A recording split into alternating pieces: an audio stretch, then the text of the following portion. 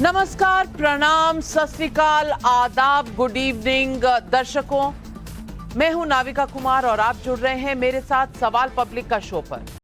ऐसे समय में जब महाराष्ट्र के सियासी घटनाक्रम के बाद 2024 चुनाव के दाव पेचों पर सबकी नजरें टिक गई हैं, खासकर बेंगलुरु में 17 या 18 जुलाई को होने जा रही विपक्ष की बैठक में 2024 का क्या ऐलान बनेगा, इस पर चर्चा हो रही है। उसी वक्त में प्रधानमंत्री नरेंद्र मोदी ने अपने मंत्रियों से 2024 पर नहीं बल्कि विजन 2047 पर फोकस करने को कहा है। यानी देश जब अपनी 100वीं वर्षगांठ मनाएगा आजादी की।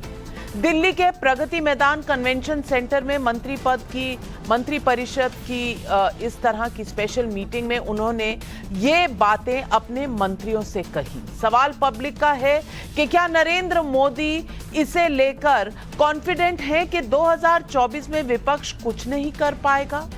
क्या नरेंद्र मोदी को अपनी सरकार के रिपोर्ट कार्ड पर इतना यकीन है? अगर ये भरोसा है तो उसकी बुनियाद क्या है? देश की तेज विकास दर, जिसमें आने वाले दिनों में लोगों को और ज्यादा रोजगार की संभावना बढ़ रही है। क्या ये भारत को 5वीं बड़ी अर्थव्यवस्था बनाने का भरोसा है? क्या ये आतंकवाद के मसलों पर चीन और पाकिस्तान को आईना दिखा देने वाला भरोसा है? और क्या ये नीरव मोदी और विजय माल्या जैसे आर्थिक अपराधियों के खिलाफ कड़े तेवर अपनाने का भी भरोसा है? इसके पलट विपक्षी दल किन बातों में उलझे हैं? क्या इसमें कि कैसे मोदी के खिलाफ बस किसी तरह अपना राज्य बचा लें? कुल मिलाकर क्या मोदी अब 2047 के विजन में व्यस्त हैं? तब क्या विपक्ष 2024 पर पस्त हो रहा है? यही है आज सवाल पब्लिक का।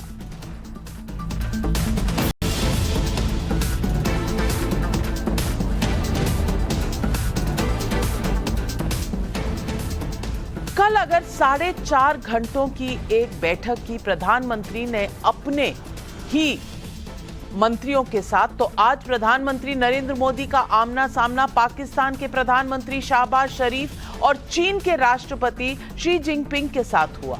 भारत की अध्यक्षता वाले वर्चुअल एससीओ समिट में नरेंद्र मोदी ने शहबाज और जिनपिंग के सामने कहा, कुछ देश आतंकवादियों को पनाह देते हैं। एससीओ को इन देशों के विरोध में संकोच नहीं करना चाहिए। अभी जून में 26/11 आतंकी हमले के हैंडलर साजिद मीर का ऑडियो यूएन में चलाकर भारत ने चीन और पाकिस्तान को आईना दिखाया था। क्या यह प्रधानमंत्री मोदी के नेतृत्व वाले भारत का सेल्फ कॉन्फिडेंस है? क्या यह भरोसा इसलिए भी बढ़ा है क्योंकि भारत पिछले 9 साल में बहुत तेजी से आगे बढ़ा है? जून में अमेरिकी संसद में नरेंद्र मोदी ने कहा कि जब मैं प्रधानमंत्री के तौर पर पहली बार अमेरिका आया था तब भारत 10वीं बड़ी अर्थव्यवस्था था। आज 5वीं बड़ी अर्थव्यवस्था के पोजीशन पर है। जल्द ही 3री बड़ी अर्थव्यवस्था बनेंगे। इस बीच वरिष्ठ वकील हरीश साल्वे ने मेरे साथ इंटरव्यू में दावा किया कि नीरव मोदी और विजय माल्या जैसे आर्थिक अपराधी बहुत जल्द यानी कुछ ही हफ्तों के यूके से भारत डिपोर्ट हो सकते हैं। मोदी ने इसके लिए यूके पर व्यापारिक रिश्तों का दबाव बना दिया है। सुनिए हरीश साल्वे का ये बयान। But then every country plays a political game. What they can extract. We want some, yeah, what do we get in return? He's hanging by a thread. And when people say government... And what would UK want in return? I can tell you something. People in UK, I'm on the Indo-UK Business Advisory Council on the UK side. But on the trade side, everybody complains. The moment we have a meeting, we know the first question your Prime Minister is going to say is, where's Vijay Malia? Where's Nirav Modi? And people here say, the government doesn't want them back. The British say, you're putting too much emphasis on something which is not that important. He says, no, it's very important for us. It's a political statement. England. No, not political. He has told the British government, you can't be a trade partner and a home for fugitives. It's been that strongly put. Pakistan की jail में बंद navy अफसर कुलभूषण जाधव के मामले में international court में भारत को जीत दिला चुके हरीश साल्वे अगर ये बात कह रहे हैं कि भारत के प्रधानमंत्री नरेंद्र मोदी ने यूके और भारत की पूरी दोस्ती और ट्रेड इस बात पर दांव लगाई है कि यूके कभी भी एक आश्रय देने वाला नेशन नहीं हो सकता और विजय माल्या और नीरव मोदी को उन्हें वापस ही करना पड़ेगा, तो उनकी ये बात हल्के में नहीं ली जा सकती।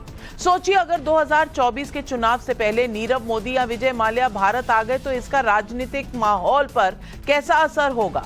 मोदी सरकार के दबाव से नीरव और माल्या की भारत प्रत्यार्पण के दावों में वजन इसलिए भी नजर आता है क्योंकि ये वो नरेंद्र मोदी हैं जो 14 बार अमेरिकी संसद में स्टैंडिंग ओवेशन पाते हैं। रूस के राष्ट्रपति व्लादिमीर पुतिन नरेंद्र मोदी के मेक इन इंडिया को आइडियल बताते हैं। ऑस्ट्रेलिया के प्रधानमंत्री एंथनी एल्बनीज कहते हैं कि Modi is the boss. Italy के प्रधानमंत्री जियोर्जियो मेलोनी कहते हैं Modi most loved of all world leaders. इसके उलट राहुल गांधी ने अमेरिका में कहा था कि भारत में आज मुसलमानों की वैसी खराब हालत है जो 1980 के दशक में दलितों की थी। भाई 1980 के दशक में कौन चला रहा था देश की सत्ता, ये शायद राहुल गांधी भूल गए। संजय राउत जैसे नेता डर दिखा चुके हैं कि 2024 में बीजेपी जीती तो ये देश का आखिरी चुनाव होगा, इसके बाद कोई चुनाव होगा ही नहीं। लेकिन इसके बावजूद विपक्ष के क्षेत्रीय दल अगर मोदी के खिलाफ एकता की बात करते हैं तो भी अपने अपने राज्यों में कांग्रेस को सलाम नमस्ते करते नजर आते हैं। आज अयोध्या पहुंचे समाजवादी पार्टी के अध्यक्ष अखिलेश यादव ने फिर यही संकेत दिया। सुनिए उनका बयान। विपक्षी एकता को कोई झटका? कोई विपक्ष को झटका नहीं लगने वाला है। विपक्ष जो है और विपक्ष अपनी अपनी जगह मजबूत है, ये याद रखिए। विपक्ष अपनी अपनी जगह बहुत मजबूती से लड़ रहा है बीजेपी के खिलाफ। गौर कीजिएगा, अपनी अपनी जगह, एक साथ नहीं। आज ही बिहार के मुख्यमंत्री नीतीश कुमार ने राज्यसभा के उपसभापति हरिवंश से लंबी मुलाकात की है। बीजेपी से जेडीयू के रिश्ते टूट जाने के बावजूद जेडीयू से सांसद चुने गए हरिवंश की अब तक मोदी सरकार से अच्छी केमिस्ट्री रही थी। लेकिन एक ओर महाराष्ट्र का घटनाक्रम और दूसरी ओर लैंड फॉर जॉब स्कैम मामले में डिप्टी सीएम तेजस्वी यादव का नाम चार्जशीट में आने के बाद क्या नीतीश कुमार की राजनीतिक बेचैनी बढ़ गई है? क्या नीतीश की हरिवंश से मुलाकात का ये भी एक मायना निकाला जा रहा है? और क्यों ना निकाला जाए? तो आज पब्लिक पूछ रही है सवाल नंबर 1, क्या नरेंद्र मोदी के 2047 के विजन के आगे विपक्ष का 2024 का सारा प्लान धरा का धरा रह जाएगा? 2024 में मोदी के खिलाफ एकजुटता के दावों के बावजूद क्या विपक्ष के दलों की चिंता कैसे भी करके अपना घर बचाने की है? आतंकवाद हो या नीरव मोदी या विजय माल्या का मसला, क्या प्रधानमंत्री मोदी के तेवर से बीजेपी को 2024 में फायदा होगा? यही है आज सवाल पब्लिक का। और इन सवालों के जवाब देने के लिए आज हमारे साथ जुड़ रहे हैं सुधांशु त्रिवेदी जी, सांसद और बीजेपी के वरिष्ठ प्रवक्ता, कुछ ही समय में हमारे साथ जुड़ेंगे। शुभ्रांश राय नेता कांग्रेस के हैं, अब्बास हैदर प्रवक्ता हैं समाजवादी पार्टी के, प्रोफेसर नवल किशोर यादव प्रवक्ता हैं आरजेडी के, हर्षवर्धन त्रिपाठी वरिष्ठ पत्रकार और मेरे भी वरिष्ठ हमारे साथ आज जुड़ रहे हैं इस डिबेट पर। और मेरा पहला सवाल शुभ्रांश राय जी आपसे जाता है। 4.5 घंटों की बैठक और मंत्रियों को निर्देश के 9 साल का काम बताइए और अपनी नजर 2047 पर रखिए, यानी कि 25 साल का क्लियर विजन। चाहे वो फॉरेन पॉलिसी हो जहां यूके, यूएस, जहां पर हमारे आर्थिक फ्यूजिटिव्स नीरव मोदी को वापस लाना हो, हर चीज पर क्लैरिटी है नरेंद्र मोदी की। और उधर विपक्ष के खेमे में कंफ्यूजन, केओस, बहुत वहां कह रहे हैं अखिलेश यादव जी हम सब अपनी अपनी जगह मौजूद है, और कांग्रेस कह रही है 17-18 को हमारी बेंगलुरु में मीटिंग होगी, और जिसको आप मीटिंग में बुलाएंगे वो दूसरे अन्य पार्टियों से गले मिल रहे हैं, जैसे कल अखिलेश यादव केसीआर से मिले। शुभ्रांश राय जी, कुछ सुगबुगाहट, कुछ कंफ्यूजन नहीं नजर आ रहा? महाराष्ट्र की स्थिति तो आप देख ही रहे हैं। नविका जी, आज आपने अपने पैकेज में ना देश के साथ खूब मजाक किया फॉरेन पॉलिसी के नाम पे। 30 घंटे से ज्यादा हो गए अमेरिका में, वहीं जहां प्रधानमंत्री नरेंद्र मोदी जी ने 25,000 करोड़ रुपए का डिनर किया, वहां भारतीय दूतावास पे सैन फ्रांसिस्को में खालिस्तानियों ने हमला किया, आग लगाया। अभी तक प्रधानमंत्री खामोश, कोई उनका एक भी सिंगल बयान नहीं आया। 40-42 साल की विदेश नीति का तजुर्बा रखने वाले विदेश मंत्री भी खामोश, कोई तजुर्बा नहीं है। और ये वही खालिस्तानी है कि अमेरिका से पहले इन्होंने लंदन में भी हमारे दूतावास पे हमला किया था। पता नहीं प्रभु, मतलब सबको सत बार प्रणाम। ऐसी कौन सी विदेश नीति है कि हमारे कॉन्सुलेट पे हमला होता है? कॉन्सुलेट पे हमला का मतलब हमारे लोकतंत्र पे हमला हो रहा है और प्रधानमंत्री चुप है। और दूसरी इंपॉर्टेंट बात, जब चुनाव आता है ना, 9.5 साल बीत गए हैं, ललित मोदी, नीरव मोदी, माल्या, ये सब शाम को टेलीविजन पे चलेगा, क्योंकि देश में माहौल तो बनाना है ना। जो काम 9.25 सालों में नहीं कर पाए वो अगले 6-8 महीनों में उनसे वो भी नहीं होगा, लेकिन माहौल मेंटेन रखना है। ये गवर्नमेंट नरेंद्र मोदी जी की ये पॉलिसी है। और तीसरा जो आप बार बार एक जिक्र कर रही थी मैडम की, देखिए ऐसा है ना कि जब 2024 का चुनाव लड़ने नरेंद्र मोदी जाएंगे ना, तो 2 बड़ी बड़ी बातें होंगी जिस पे देश इनसे सवाल पूछेगा। सबसे इंपॉर्टेंट बात कि पुलवामा आज भी देश को याद है, डीएसपी देवेंद्र सिंह आज भी देश को याद है। और अभी तत्काल में जिसमें 291 लोग मरे, बालासोर का ट्रेन एक्सीडेंट, सीबीआई गई, एनआईए गया, सब गया, मस्जिद हुआ, मुसलमान पकड़ा गया, हो हल्ला मचाने के बाद फाइनली वहां पे रेलवे सेफ्टी कमीशन की रिपोर्ट आई है जिसमें सिग्नल और टेलीकम्युनिकेशन को जिम्मेदार बताया गया है। तो देश आपसे पूछेगा, निश्चिंत रहिए। नंबर 1। नंबर 2, चाहे आप कुछ भी कह लीजिए मैडम, 4 करोड़ से ज्यादा ग्रेजुएट यूथ बेरोजगार हैं, और जब जाएंगे नरेंद्र मोदी जी चुनाव में तो वहां जवाब देना पड़ेगा। क्योंकि जिस तरह से दिल्ली में एक डंपयार्ड है गाजीपुर, जहां पे पूरे दिल्ली की गंदगी को रखा जाता है, आज भारतीय जनता पार्टी को अपना हेडक्वार्टर दीनदयाल उपाध्याय मार्ग से गाजीपुर डंपयार्ड पे शिफ्ट कर लेना चाहिए। क्योंकि जितने भी इस देश में भ्रष्ट नेता हैं या जितने भी बलात्कारी हैं, वो सब आकर भारतीय जनता पार्टी में संरक्षित हो जाते हैं। तो आप विधायक और सांसद खरीद के सरकार तो बना सकते हैं, लेकिन जनता को नहीं। जनता बेरोजगार है, वो आपसे रोजगार मांगेगी।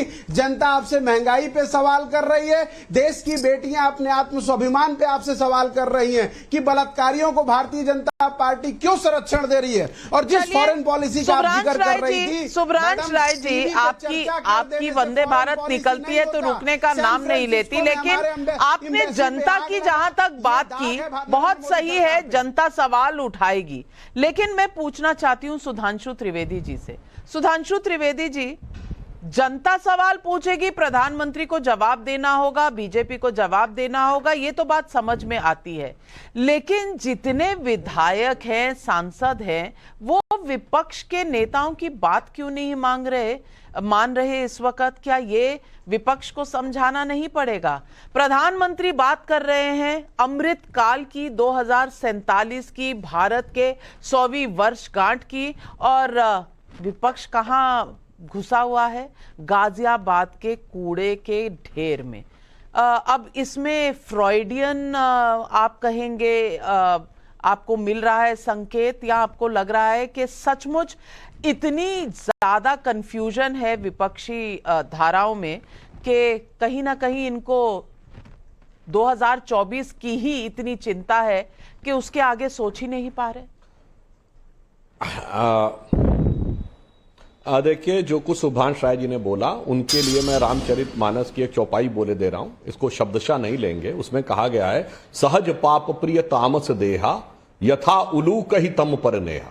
मैंने कहा कि शब्दशः नहीं ले, इसका भाव यह है कि जिन लोगों के मन में पाप वृत्ति ही होती है, वो सिर्फ तामसी चीजों पर ही वैसे भागते हैं, जैसे उल्लू अंधेरे की तरफ ही भागता है, उसको कभी उजाला नहीं दिखता। अब फॉरेन पॉलिसी पे आपको बता देता हूं, इस समय भारत दुनिया का इकलौता देश है जिसके लिए खुद रशिया कहता है कि it is our traditional ally और अमेरिका कहता है it is our strategical ally. मैं चुनौती से पूछता हूं, कोई एक देश बताइए जिसको अमेरिका और रूस दोनों समान रूप से इतना महत्व देते हो। यह बताइए, हम प्रीडेटर ड्रोन अमेरिका भी दे रहा है, other than NATO we are the first country, और S-400 रशिया भी दे रहा है, और उसके बाद इनको समझ में नहीं आता। आज चाइना के साथ स्थिति यह है कि चाइना अपने वर्स्ट डिप्लोमेटिक आइसोलेशन में है। यह चाइनीज थिंक टैंक ने भी कहा है। आज मैं इनसे पूछूं तो इनको नहीं पता होगा कि 2 कंट्री के अलावा तीसरा बता दें जो चीन के साथ है, एक नॉर्थ कोरिया और एक पाकिस्तान। बहुत कहते थे ना शी जिनपिंग को झूला झूलाया, चीन का मैप देख लीजिए, इधर है पाकिस्तान, उधर है नॉर्थ कोरिया, वो झूला झूल रहा है, नॉर्थ कोरिया पाकिस्तान, तीसरा देश उसे नहीं मिल रहा है। तो वो फॉरेन पॉलिसी का विषय अलग छोड़ देते हैं। आज फॉरेन पॉलिसी पे जिस ढंग से भारत की जो स्थिति उभरी है, भारत के पहले प्रधानमंत्री बने जो 2 बार संयुक्त सत्र को अमेरिकी संसद का संबोधन किया और 15 बार स्टैंडिंग ओवेशन, 70 बार 79 बार तालियां बजी, वो सब विषय छोड़िए। मैं सिर्फ यह कहना चाहता हूं, आज के विषय पे आइए। देखिए, जिस समय प्रधानमंत्री जी विदेश में थे, 23 जून का दिन था, और 23 जून को ही पटना में ये इन लोगों का विपक्षी गठबंधन चल रहा था। एक तरफ प्रधानमंत्री जी देश की सुरक्षा को मजबूत करने के लिए, चाहे भारत के लड़ाकू विमानों के लिए जी का इंजन भारत में बनाने का विषय हो, सेमीकंडक्टर्स का विषय हो, या प्रीडेटर ड्रोन का विषय हो, तो बड़ी डिफेंस डील्स कर रहे थे। और ठीक पटना में भी एक डिफेंस डील हो रही थी। वो क्या डिफेंस डील थी? कोयला घोटाले वाले आके बैठे हुए थे, 2G घोटाले वाले आके बैठे थे, शराब घोटाले वाले आके बैठे हुए थे, भर्ती घोटाले वाली बुआ जी आके बैठी हुई थी, और सबकी अध्यक्षता कर रहे थे चारा घोटाले वाले वो महानुभाव जो 1997 में जेल जा चुके थे। और ये सब आके 2014 के बाद पर्ची फाड़ रहे थे कि साहब मोदी जी ने हमें तबाह कर दिया। 2008 में मुलायम सिंह जी फॉरेन पॉलिसी की बात कही तो याद दिलाना चाहता हूं शुभांश राय जी को, इनकी सरकार का जब समर्थन किया जुलाई 2008 में न्यूक्लियर डील पे, तो उनके खिलाफ आय से अधिक संपत्ति के मामले 2 महीने के अंदर पीछे हो गए थे 2008 में। अरे 14 के बाद मोदी जी ने बर्बाद कर दिया, 14 के बाद मोदी जी ने बर्बाद कर दिया। तो इसलिए मैं कहना चाहता हूं, हकीकत क्या हो गई इन दलों की, कि जब मुद्दे पे आप साथ नहीं रहते, केवल व्यक्तिगत अहम और व्यक्तिगत भ्रष्टाचार, व्यक्तिगत परिवार को बचाने के लिए साथ होते, तो आपके कार्यकर्ता, विधायक और पार्टी का कैडर आपके साथ नहीं खड़ा होता है। वही स्थिति शिवसेना की हो रही, वही एनसीपी की हो रही है, और वही भय जदयू लेकिन को लग रहा है। सुधांशु जी, तो इस पर मेरा एक सवाल है आपको। नाविका जी, वो नहीं, इस पर मेरा एक सवाल है आपको। आप कह रहे हैं कि आप भ्रष्टाचार के मुद्दे पर बहुत दृढ़ रहते हैं, तो फिर अजीत पवार आपके साथ कैसे, मोहम्मद मुशर्रफ आपके साथ कैसे? यही तो शायद विपक्ष की इस वक्त विडंबना है। उनको दर्द हो रहा है कि घोटालेबाज अब आपके पास चले जाएंगे, वो सफेद हो जाएंगे, ये बेचारे वैसे के वैसे रह जाएंगे। इसका क्या जवाब है? देखिए, विपक्ष भी आज एक बड़ी विडंबनापूर्ण स्थिति में है। मैंने ऐसा उदाहरण पहले कभी नहीं देखा कि कोई पार्टी खुद आके राष्ट्रीय चैनल के ऊपर अपने को और अपनी पूर्ववर्ती सरकार को भ्रष्टाचारी होने का सर्टिफिकेट दे। हमारी स्थिति यह है कि हमारा जिन जिन लोगों पे संदेह था, जो भी लोग भारतीय जनता पार्टी ज्वाइन किए, आज तक किसी का कोई केस विड्रॉ हुआ हो, किसी का क्लोजर रिपोर्ट लग गई हो तो बताएं। जैसे मैंने इनको उदाहरण बता दिया, 2008 न्यूक्लियर डील से लेकर 2G घोटाले सबवर्ट करने से बहुत सारे उदाहरण हैं, उसमें डिटेल में नहीं जाते। हमें शक है, आरोप है, तो हम उसकी जांच होने के एंड तक हमने कभी जांच को अवरुद्ध नहीं किया। मगर ये लोग बड़े मजेदार हैं, ये कहते हैं जी वो भ्रष्टाचार हुआ था, जब सरकार में कहते हैं ऐसा कुछ हुआ ही नहीं था, और जैसे नेता छोड़ के जाता अपनी सरकार को भ्रष्ट सिद्ध करने लगते हैं। अजीत पवार ने भ्रष्टाचार किया था तो किसकी अध्यक्षता में सरकार थी भाई? सीएम कांग्रेस का था। अब आज कांग्रेस के प्रवक्ता कह रहे हैं हमारी सरकार में भ्रष्टाचार हुआ था। बिल्कुल बिल्कुल हमें पता है, देखो हम साबित कर रहे हैं हम कितने बड़े भ्रष्ट थे। ममता बनर्जी जी की पार्टी वाले, जिनका ऑफिशियल स्टैंड है कि नारदा शारदा जैसी कोई चीज ही नहीं थी, वो आज कहते नहीं हुआ था, हमारी सरकार में भ्रष्टाचार हुआ था। देखो देखो देखो, मैं कह रहा हूं कि हमारी सरकार में भ्रष्टाचार हुआ था। मुझे लगता है कि एक विचित्र स्थिति में आ गए हैं। हमारा भ्रष्टाचार पे बहुत स्पष्ट है। किसी के साथ, मैं हेमंता विश्व शर्मा जी के ऊपर आरोप लगा था, एक भी कोई चार्ज नहीं था। चार्जशीट नहीं है आज तक या इनके जमाने, मगर वो भाजपा में आने के बाद भी सीबीआई के सामने कोलकाता में अपियर हो चुके हैं। हम किसी के प्रति कोई भी जांच को प्रभावित नहीं करते हैं, मगर मैं तो यह पूछना चाहता हूं नाविका जी, फिर 2014 छोड़िए, ये जो सन 97 में जेल चले गए थे शुभांश राय जी की पार्टी के प्रधानमंत्री पीवी नरसिम्हा राव जी, 1994 में झारखंड मुक्ति मोर्चा रिश्वत कांड में कोर्ट के द्वारा साबित हो गया कि यह भ्रष्टाचार किया था इन्होंने, उसमें तो मोदी जी अमित शाह जी नहीं थे ना, भाजपा सत्ता में थी। भारत के इतिहास के एकमात्र प्रधानमंत्री जिन्होंने सर्वोच्च न्यायालय में सिद्ध हुआ कि इन्होंने भ्रष्टाचार किया, और श्रीमती इंदिरा गांधी जी चुनावी धांधली के आरोप में हाई कोर्ट से सजा सुना दी गई, 6 साल चुनाव लड़ने पे प्रतिबंध लगा दिया गया, तब तो मान्य में भाजपा भी नहीं थी भाई। कहां की बात आप कर रहे हैं? मैंने 2 प्रधानमंत्रियों की बात कही और 2 न्यायालय के निर्णयों की बात कही, आरोपों की बात नहीं कही। लेकिन सवाल यह है कि आज अब्बास हैदर साहब अगर प्रधानमंत्री डिफेंस डील्स कर रहे थे यूएस में जब पटना में बैठक हो रही थी, तो अब वो पेरिस जाकर और डिफेंस डील कर रहे हैं, टेक्नोलॉजी ट्रांसफर की बात कर रहे हैं, नेवी के लिए राफेल एयरक्राफ्ट की बात कर रहे हैं। और विपक्ष क्या कर रहा है? प्लान बना रहा है कि अगली विपक्ष एकता की मीटिंग कब और कहां होगी। और उसके बीच में अखिलेश भैया कह रहे हैं हम सब एक साथ हैं, अपनी अपनी जगह में स्ट्रांग है। तो जब अपनी अपनी जगह में ही रहना है तो फिर ये एकता कैसी हुई? ये विपक्षी जो पारिवारिक संबंध, ये चाय पार्टी कैसी हुई जिसकी तारीख पर तारीख बनती चली जा रही है? अब्बास हैदर साहब। नाविका जी, निश्चित रूप से देखिए, अगर 23 तारीख की जो बैठक थी उससे भारतीय जनता पार्टी विचलित ना होती तो उनको इस तरीके के एक्सपेरिमेंट ना करते पड़ते जैसे महाराष्ट्र में किए हैं। अभी सुधांशु भाई को मैं सुन रहा था, वो बड़ी बड़ी बातें कर रहे थे। हेमंत बिस्वा शर्मा जी का भी नाम उन्होंने लिया, जिन्हें United states of America department of justice ने भी उनको जिम्मेदार माना वाटर स्कैम पे। और यहां तक नहीं, स्वयं भारतीय जनता पार्टी ने किताब जारी करके उनको वाटर स्कैम में आरोपी माना था। लेकिन इतनी स्ट्रांग वॉशिंग मशीन है भारतीय जनता पार्टी के पास कि कोई भी आरोपी हो, कोई भी अपराधी हो, अगर भारतीय जनता पार्टी के संरक्षण में आ जाता है, इनकी पार्टी ज्वाइन कर लेता है, तो सारे अपराध और आरोप से मुक्त हो जाता है। बहुत लंबी लिस्ट है, चाहे वो शुभेंदु अधिकारी हो। और ये सुधांशु जी तो कैमरे पे कह रहे हैं, बहुत अच्छी बात है, कहेंगे ही, पार्टी के प्रवक्ता है। भारतीय जनता पार्टी के सांसद है संजय पाटिल, किसी समाजवादी पार्टी या कांग्रेस के तो सांसद नहीं है। उन्होंने तो कहा कि अब मैं चैन से सोऊंगा क्योंकि अब ईडी मेरे पीछे नहीं आएगी, मैं भारतीय जनता पार्टी में हूँ। चंद्रकांत पाटिल, ये भारतीय जनता पार्टी महाराष्ट्र के प्रदेश अध्यक्ष हैं, इन्होंने क्या कहा, ये कोल्हापुर में गए थे वोट मांगने और जो वहां की जनता थी उसको ईडी ट्रांजैक्शन, पेटीएम ट्रांजैक्शन के ऊपर ईडी जांच कराने के नाम पे धमका रहे थे कि हम आपके पेटीएम ट्रांजैक्शन की ईडी जांच कराएंगे।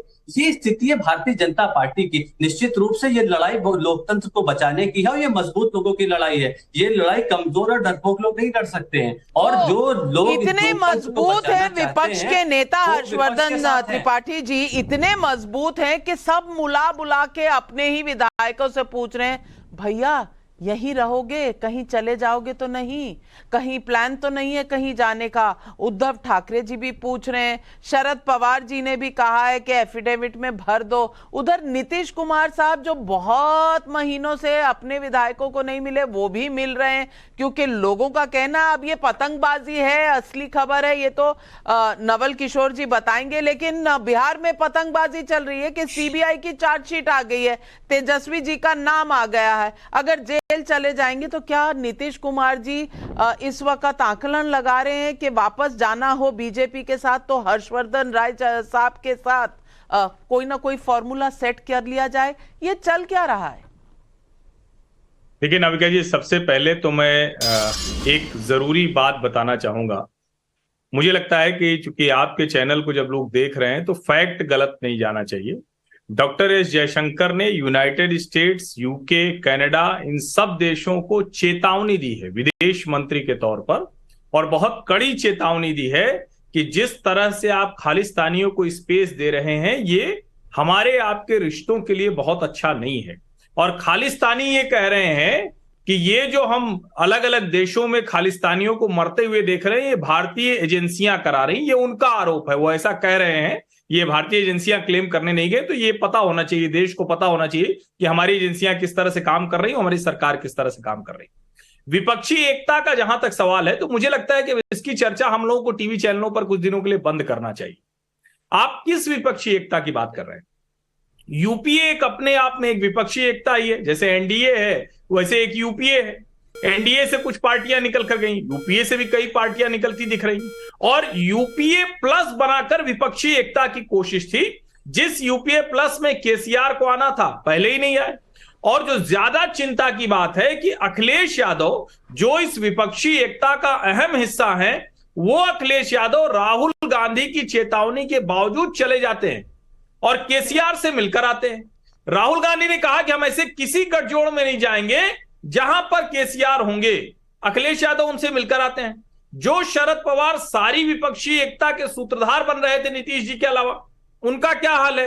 वो अपनी पार्टी बचाने में लगे हुए हैं। उनको समझ में नहीं आ रहा है कि हमारे साथ 2 विधायक हैं, 10 विधायक हैं, 50 विधायक हैं, 54 हैं, और इन सब के बीच में जरा आप सोचिए जो महत्वपूर्ण व्यक्ति हैं नीतीश कुमार जी, वही तो कह रहे थे ना कि भारतीय जनता पार्टी को 100 में समेट देंगे।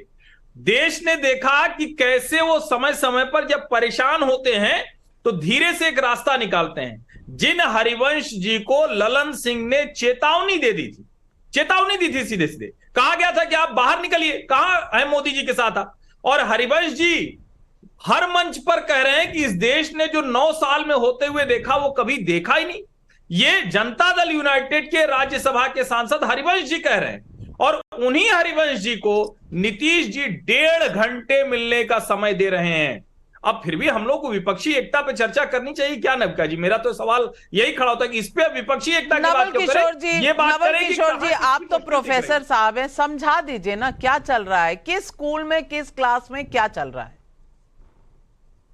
नहीं, वो तो नाविका जी दिख रहा है कि हर्षवर्धन जी कितना परेशान है, और यही एक ताकत है कि विपक्षी एकता धीरे धीरे उस मोड़ के तरफ बढ़ रही है जहां से एक रास्ता निकलेगा कि कैसे उन सारे फ्रॉड क्लेम्स जो भाजपा समय समय पे करती रहती है, 2024 तक का हिसाब देना चाहिए तो 47 की बात करती है। इससे फ्रॉडुलेंट क्लेम क्या हो सकता है? जिस 47 को अभी से 25 साल में क्या होगा क्या नहीं होगा, डेमोक्रेटिक सरकारें तो 5 साल के लिए चुनी जाती है ना। 5 साल में आपने क्या कहा और क्या किया उसका हिसाब देना चाहिए। अगले 25 साल में क्या होगा मुझे नहीं लगता है कि किसी को पता होगा इस विषय में। और जो राजनीति भाजपा कर रही है, जिसका इंटेंट और कंटेंट दोनों यह बताता है कि उसको कोई मुद्दा से कोई काम नहीं है। क्या जो वो कह कर आई थी कि 15 लाख रुपया सबको देंगे, हुआ? 2 करोड़ नौकरी देंगे, हुआ? यहाँ वो सारे क्लेम जो उसने किया है 2014 से पहले और 2024 से पहले का जो क्लेम है, क्या हो गया है कि अब उनकी हम बात माने कि 47 में क्या करेंगे?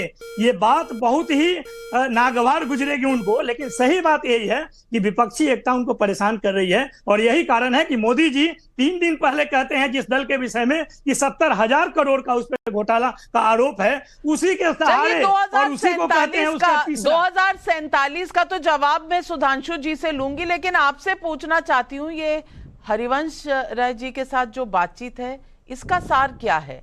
और क्या हरिवंश सिंह जी के साथ जो बातचीत हुई है 1.5 घंटे की, इसमें क्या माजरा रहा? नंबर 1। और नंबर 2, अगर तेजस्वी यादव जी जिनका नाम चार्जशीट में आ गया तो क्या नीतीश कुमार जी एकता बनाए रखेंगे या फिर से पलटी मारेंगे?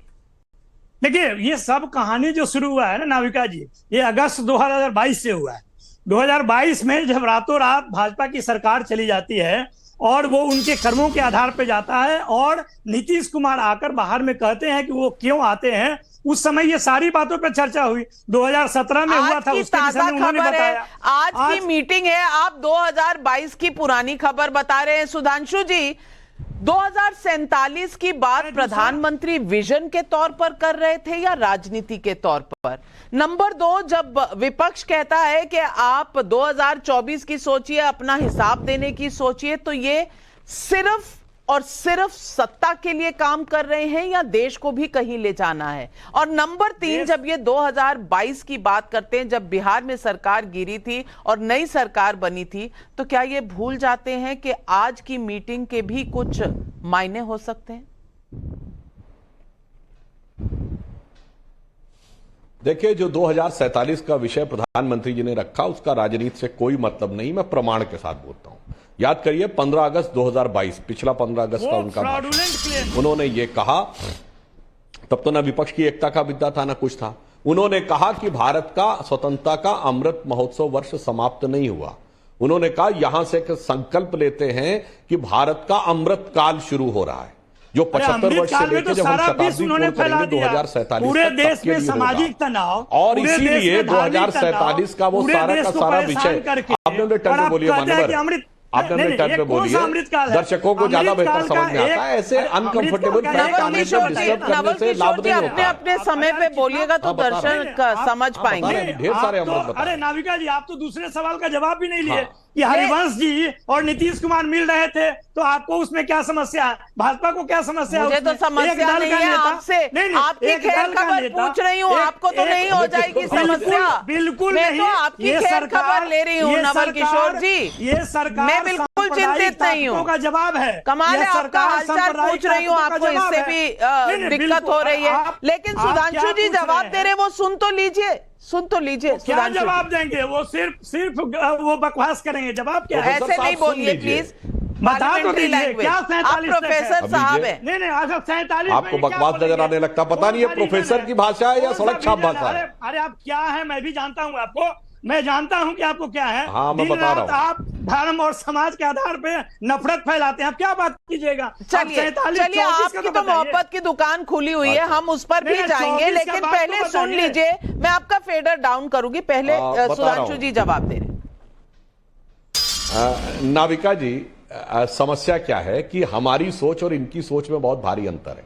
इन सारे दलों की सिर्फ सोच यह है कि 25 साल बाद हमार बिटिया, हमार बिटवा, ज्यादा से ज्यादा हमार भतीजवा वो पार्टी पे काबिज रही कि ना, और बस। बिना बेटा और भतीजा इनको के बाकी से कोई मतलब नहीं है कि 25 साल बाद देश कहां होगा। हमारी पार्टी वो है जो 25 साल बाद का भी देश का सोचती है और 2500 साल पहले क्या था देश उसके बारे में भी सोचते हैं। इनकी सोच सिर्फ पॉलिटिकल है, जो कह रहे हैं 5 साल की सरकार, हमारी सोच सिविलाइजेशनल है। तो हमारी इनकी सोच में भारी अंतर है। और मैंने बताया कि 15 अगस्त 2022 को प्रधानमंत्री जी ने लाल किले की प्राचीर से बोला था कोई विपक्ष की एकता का मुद्दा नहीं था, और उन्होंने इस अमृतकाल के लिए 5 संकल्प भी बताए थे। नंबर 1, इस देश को 2047 तक विकसित राष्ट्र बनाना है, नंबर 1 की अर्थव्यवस्था बनाना है। कौन सा दूसरा, विकसित? उन्होंने कहा गुलामी की मानसिकता के हर प्रभाव से अपने को मुक्त अरे वो करना है। सबसे तीसरा, गुलाम उन्होंने तुम हो। कहा कि भारत की विरासत पर गौरव करना है। चौथा, उन्होंने कहा इसके लिए कर्तव्य करना है। और पांचवा कहा कर्तव्य सामूहिक रूप से करना है। 5 संकल्प तो 47 में पहले बता चुके, भैया आपको याद नहीं कौन सा रहता। से- अब उसके लिए ये हम कौन क्या सा करें संकल्प भाई? है? अब हम आपको कौन सा बताना चाहते संकल्प हैं कि है? अभी तक उस स्थिति में हो क्या रहा है। अरे भाई, हम आपको बता रहे हैं, सुनिए अरे तो। कौन सा- आप अरे लोगों ने जो संकल्प किया बताओ। है, आप तो- जो आप कह आप रहे तो जो हैं बात करते हैं कि वो रोजगार करते की बात ही कही नहीं थी, तो अब मैं बताना कौन चाहता सा हूं, संकल्प है? फैक्ट के साथ बात करिए ना। 2022 23 का इंप्लॉई प्रोविडेंट फंड स्कीम का डाटा जो है वो ये बताता है 1.5 करोड़ लोगों ने ईपीएफओ में पैसा जमा किया। तो कर्मचारी बने तब तो पैसा जमा किया ना भाई। मैं आपसे पूछना चाहता हूं, आप लोग कहते हैं 20 लाख रोजगार दे देंगे, अब सिर्फ 2 साल रह गए, अब तक 10 लाख तो दे दिए ना सरकारी नौकरी। बिल्कुल 20 लाख सरकारी बिल्कुल, नौकरी और बिहार में जनता दी नहीं पूछ जा रही है सकती। सवाल, और जनता आप सवाल किसी बात सबसे पूछ रही है। और जनता, मीना ध्यानी का गाजियाबाद से सवाल है, जब राजनीति में सत्ता जोड़ तोड़ करके ही पानी है, तो अननेचुरल अलायंस करके ही पानी है, तो इन पार्टियों को पक्ष या विपक्ष का नाम क्यों दिया जाए? रोहित जैन का लखनऊ से सवाल है। अखिलेश यादव का यह कहना है कि अब दल अपने अपने क्षेत्र में बीजेपी से लड़ रहे हैं, यही सीधे तौर पर विपक्षी एकता पर चोट नहीं है? अब बताइए शुभ्रांश राय जी, दोनों सवालों के जवाब दीजिए। जी, मैं दोनों के दूंगा, लेकिन उससे पहले 2 सवाल और हैं। सुधांशु त्रिवेदी जी ने रामायण का और तुलसीदास का जिक्र किया, उसमें ये भी वो कह गए थे कि झूठ नहीं बोलना चाहिए। आप उसी पार्टी से संबंध रखते हैं जिसके राष्ट्रीय अध्यक्ष बंगारू लक्ष्मण कैमरे के सामने रिश्वत लेते हुए पकड़े गए थे। तो भ्रष्टाचार और चोरी पे आप न बात करें तो बेहतर है, नंबर 1। नंबर 2, आपने हमार बिटवा हमार बिटिया का बड़ा जिक्र किया, बहुत सुंदर शब्द आपने इस्तेमाल किया। ये बात तो मुझे लगता है कि पीयूष गोयल के पिताजी ने भी सोचा होगा कि हमार बिटवा मंत्री बनेगा। ये बात तो राजनाथ सिंह भी सोचते हैं कि हमार बेटवा जो है विधायक के बाद मंत्री बनेगा। ये बात तो धर्मेंद्र प्रधान के पिताजी भी सोचते हैं कि हमार बेटवा जो है मंत्री रहेगा। ये बात, एक मिनट, ये बात तो देवेंद्र फडणवीस के पिताजी ने भी सोचा कि हमार बेटवा मुख्यमंत्री रहेगा। बिटवा तो की तो लिस्ट तो आपके यहाँ बहुत लंबी है सर, उस पर चर्चा नहीं करते हैं। चर्चा इस बात पे करते हैं कि भ्रष्टाचारियों से आपको इतनी मोहब्बत क्यों है। चर्चा इस बात पे करते हैं कि विपक्षी एकता था, चुनाव तो 2024 में आएगा। नरेंद्र मोदी जी प्रधानमंत्री बने हैं स्वर्णिम भारत में, और आप कह रहे हैं कि अमृत महोत्सव चल रहा है, तो ये महंगाई आसमान में क्यों जा रही है? अगर नरेंद्र मोदी जी अमृत महोत्सव मना रहे हैं तो ये गैस सिलेंडर से लेकर पेट्रोल आसमान में क्यों जा रहा है? अमृत महोत्सव नरेंद्र मोदी जी मना रहे हैं तो आज तक पुलवामा में जो हमला हुआ उसकी जांच क्यों नहीं हुई? और ये जो नया सप्लीमेंट्री चार्जशीट जोड़ने का शब्द शुरू हुआ है सर ना, तो आप रास्ता दिखा रहे हैं, आगे आगे देखिए होता है क्या। ये कोई नई बात नहीं है, देश अब जान चुका है कि इस देश में जितने करप्ट लोग हैं, जितने भगोड़े हैं, सबका संबंध भारतीय सुभ्रांश राय जी धमका रहे हैं कि सत्ता में आएंगे तो क्या होगा, पर सुधांशु जी जवाब दे रहे हैं, सुधांशु जी जवाब दे रहे हैं, धमकी आ गई। नेशनल टीवी पर प्राइम टाइम के शो पर धमकी दी जा रही है सुधांशु जी आपको। अरे तो गुंडागर्दी कर रहे हैं। देखिए, शुभ्रांश राय जी नहीं बोल रहे हैं, कांग्रेस के तमाम नेता बोलते हैं। राहुल गांधी बोल चुके हैं कि मुझे अगर ईडी सीबीआई दे दो तो मैं ये करके दिखा दूंगा।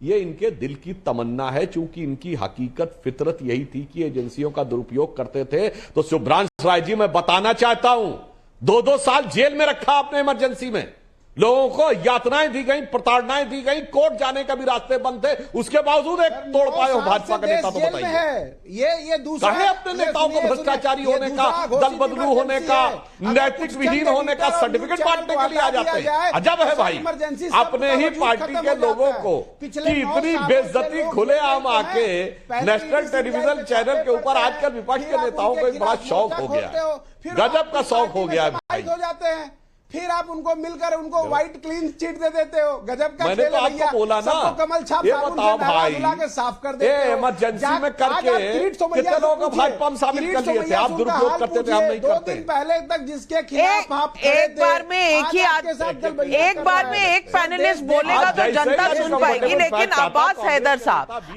हैदर साहब, मैं आपसे सीधा सवाल पूछती हूँ। अखिलेश यादव जी का आज जो स्टेटमेंट है कि हम सब अपनी अपनी जगह स्ट्रांग हैं, ताकतवर हैं, इसका क्या मतलब है? यानी कि बेंगलुरु या पटना जाने की जरूरत नहीं है चाय कॉफी पीना, नंबर 1। नंबर 2, जब राहुल गांधी कहते हैं कि केसीआर बीजेपी की बी टीम है, इनके साथ कोई रिश्ता हो ही नहीं सकता, तो उसके अगले ही दिन अखिलेश चले जाते हैं। क्या ये राहुल गांधी की तरफ इशारा है, किसकी तरफ इशारा है? नहीं नाविका जी, मैं सुधांशु जी को सुन रहा था, ये बिटवा और बिटिया की बात कर रहे थे और भतीजवा को लाके उप मुख्यमंत्री बना दिया इन्होंने। तो मोदी जी भी एक हफ्ते पहले यही कुछ बातें कह रहे थे कि परिवारवाद और भ्रष्टाचार, और देखिए बहुत लंबी लिस्ट है इनके परिवारवाद की। अनुराग ठाकुर जी हो, चाहे दुष्यंत सिंह हो, वसुंधरा जी हो, ज्योतिरादित्य सिंधिया हो, संदीप सिंह हो, बहुत सारे नाम है भारतीय जनता पार्टी के, लेकिन उसके ऊपर इनकी चुप्पी रहेगी। तो ये भतीजवा को लाना, परिवारवाद और भ्रष्टाचार की बात करके उसका विरोधाभासी काम करना। अब देखिए, जहां तक विपक्ष की बात है, विपक्ष जो है एक स्ट्रेटेजी फॉर्मुलेट कर चुका है, अपनी रणनीति तय कर चुका है, और भारतीय जनता पार्टी को 2024 के चुनाव में हटाने को तटस्थ है, क्योंकि जनता इनसे सवाल पूछेगी। इनसे बिटवा भतीजवा के सवाल नहीं पूछेगी, इनसे सवाल पूछेगी कि आपने कहा था कि देश में 20 करोड़ लोगों को रोजगार देना था, वो कहां है? देश की जनता इनसे पूछेगी कि मणिपुर को आपने अपनी नफरत की जो प्रयोगशाला बना रखा है, वहां पे देशवासी जल रहे हैं, क्या होगा उसका? देश इनसे पूछेगा, जब क्रूड ऑयल के दाम आपकी सरकार में $65 प्रति बैरल एवरेज रहे हैं, तो 70 से 90% आपने पेट्रोलियम पदार्थों के दाम देश में क्यों बढ़ाए? क्यों आपने टैक्स पेयर के मनी पे लूट के रहा हमारे देश में?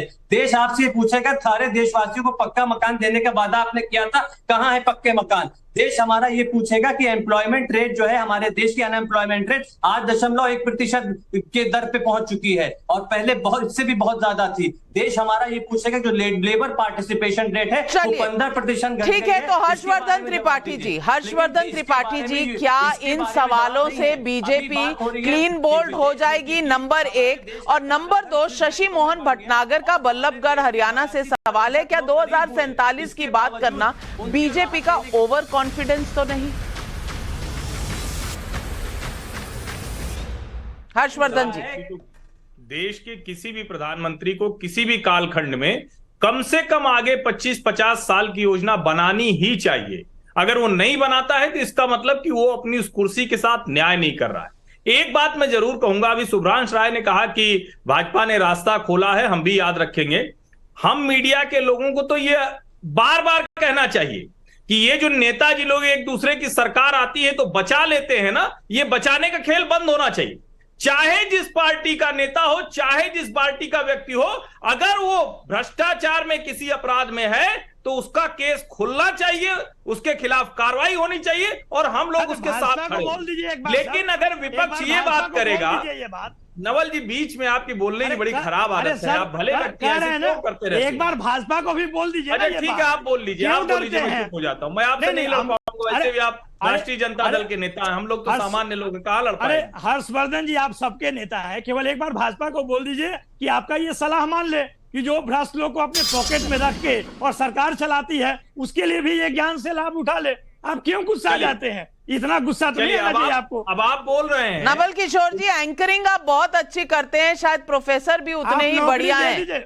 हाँ, आप प्रोफेसर भी उतने ही बढ़िया हैं, लेकिन मैं पूछ रही हूँ ये जो भ्रष्ट लोग हैं, तो कम से कम आप तेजस्वी जी की चार्जशीट पर तो ऑब्जेक्शन नहीं कर रहे ना? नहीं, आप देखिए तेजस्वी जी पे सुन लीजिए पहले, नहीं जवाब ले लीजिए इनको।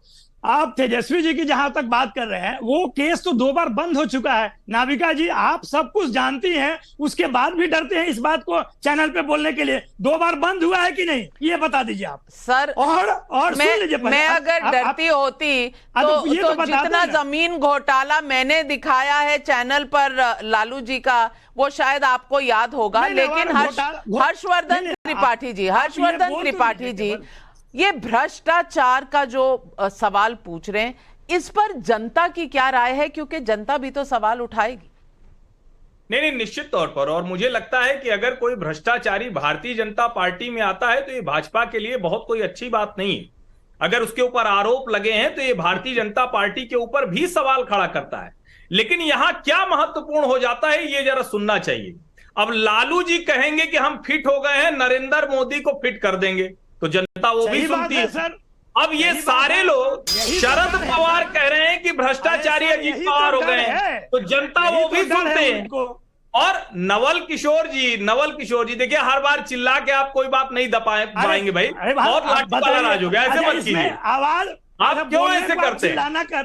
बोलने को आप चिल्लाना कहते हैं, बड़ा शर्म आता है सर आपको जानने में। नहीं, बीच में मत बोलिए ना, मैं तो सिर्फ मैं चुप हो जाऊंगा, शब्द बोलेंगे मैं चुप हो जाऊंगा। नहीं, एक बात आप बोल रहे हैं, उसमें बड़ा आश्चर्य होता है।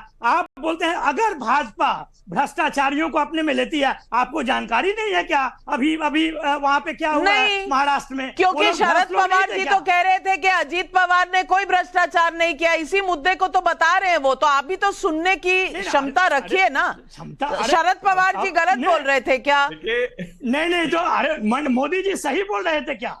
अगर मोदी जी गलत बोल रहे थे तो उन्होंने ये काम क्यों किया? चलिए, अब हर्षवर्धन त्रिपाठी जी आपको समझा रहे हैं, सुनिए ध्यान से जी। देखिए नविका, मैं यही कह रहा हूं, विपक्षी पार्टियों की मुश्किल ये है कि वो उस मुद्दे पर बात करते हैं जहां वो कहते हैं भाजपा में थोड़ा सा छेद है और वहां पूरी की पूरी चादर ही गायब है। तो कम से कम ऐसे मुद्दों पर बात नहीं करनी चाहिए। लेकिन फिर मैं दोहरा रहा हूं कि किसी भी पार्टी में भ्रष्टाचारी अगर दिखेगा तो जनता को वो अच्छा नहीं लगता। लेकिन अभी जो मसला है, ये कौन लोग गए हैं? ये शरद पवार के भतीजे हैं, ये शरद पवार के नजदीकी प्रफुल्ल पटेल हैं, ये शरद पवार के पीए दिलीप वलसे पाटिल हैं, ये शरद पवार के पैदा किए, बढ़ाए गए, पाल पोसकर इतना बड़ा नेता बनाए गए लोग हैं। आप कह रहे हैं कि ये सारे के सारे लोग अगर भ्रष्टाचारी हैं, तो मुझे लगता है कि आपको यह अभियान चलाना चाहिए कि भारतीय जनता पार्टी की सरकार में इतने भ्रष्टाचारी हैं, उनके खिलाफ अभियान चलाएंगे। लेकिन आप तो फोन करके कह रहे हैं कि लौट आइए, हमारी इज्जत बचा लीजिए, कुछ दिन की बात है, थोड़ा तो रुक जाइए, 2024 का चुनाव तो हो जाने दीजिए। यहां जाकर लोग आपकी मंशा पर संदेह करते हैं। नवल जी, समस्या यहां है। सुभ्रांश राय जी, जवाब दीजिए, ये बहुत अहम मुद्दा उठाया है हर्षवर्धन त्रिपाठी जी ने।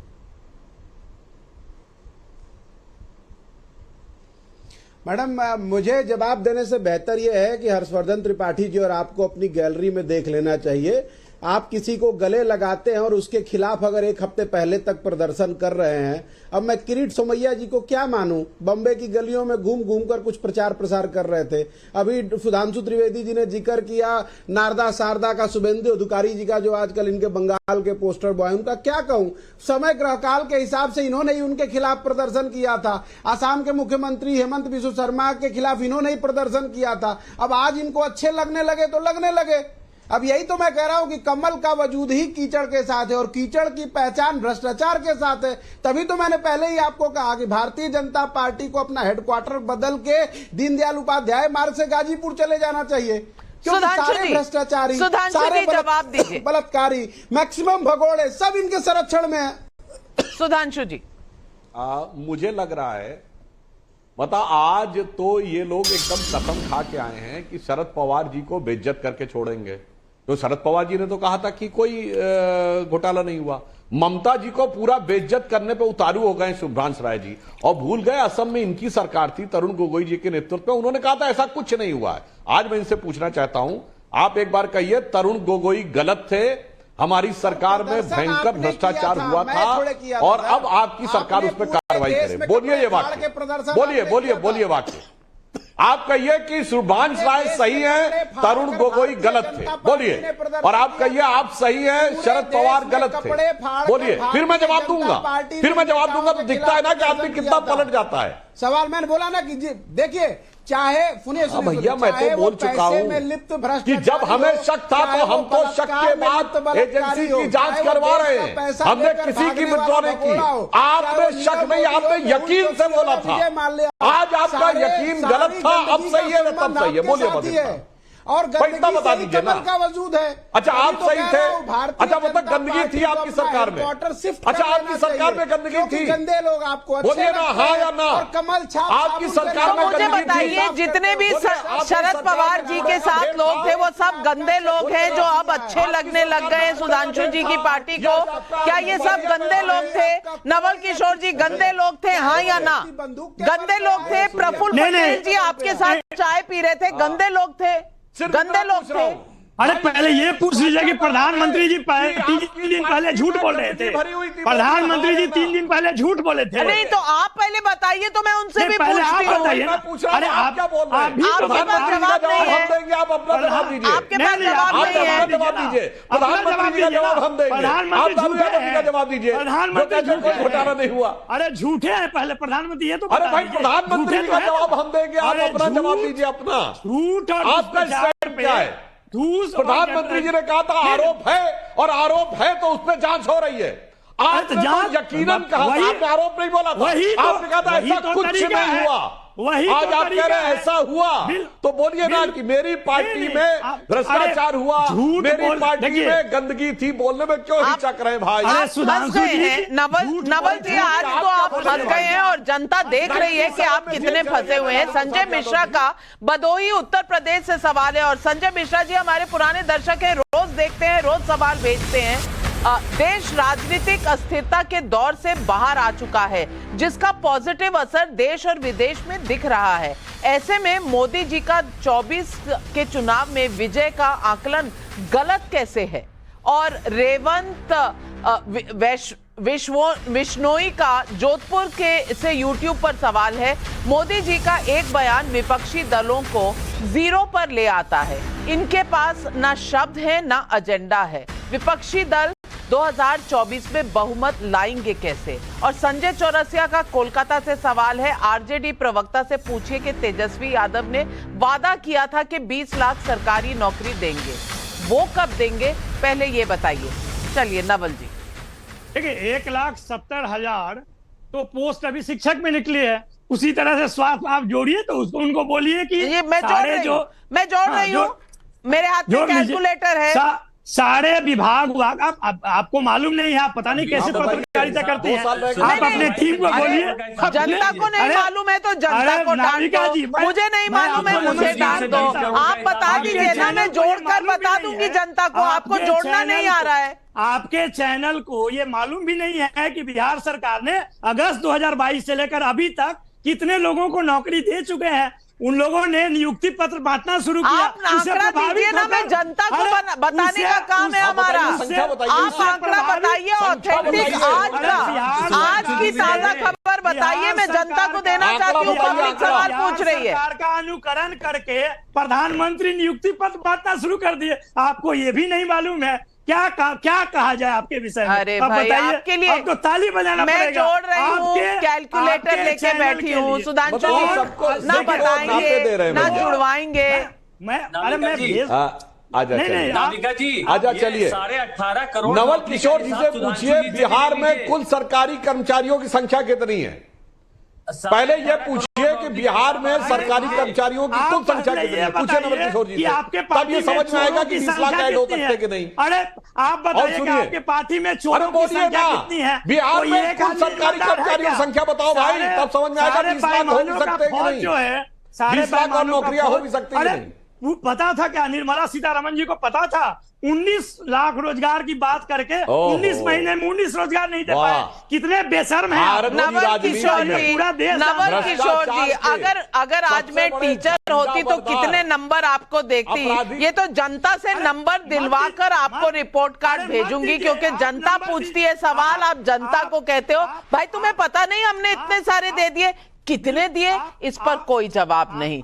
जनता पूछ रही है एग्जैक्ट नंबर। नवल किशोर जी बहुत व्यस्त है, मुझे डांट करके मुझे नहीं पता। आपके सवाल की कोई चिंता नहीं है, लेकिन यही होता है, सवाल पूछो अपना जवाब देंगे नहीं, मोदी जी के बारे में सब कुछ बता देंगे। यही है विपक्ष का पूरा स्ट्रैटेजी, पूरी एजेंडा।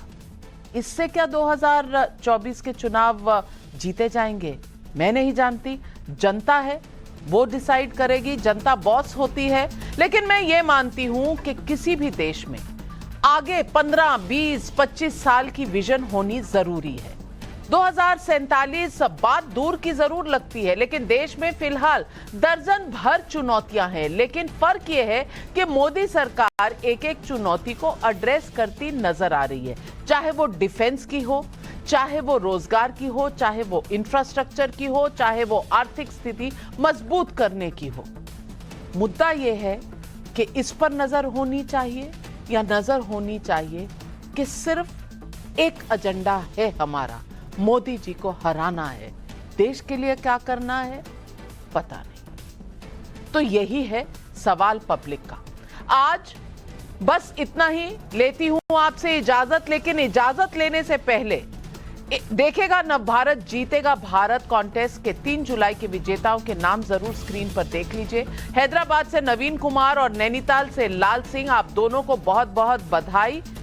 आप भी दर्शकों देखते रहिए नव भारत और जीतेंगे भारत कॉन्टेस्ट में भाग लीजिए, हमारे साथ जुड़िए। आज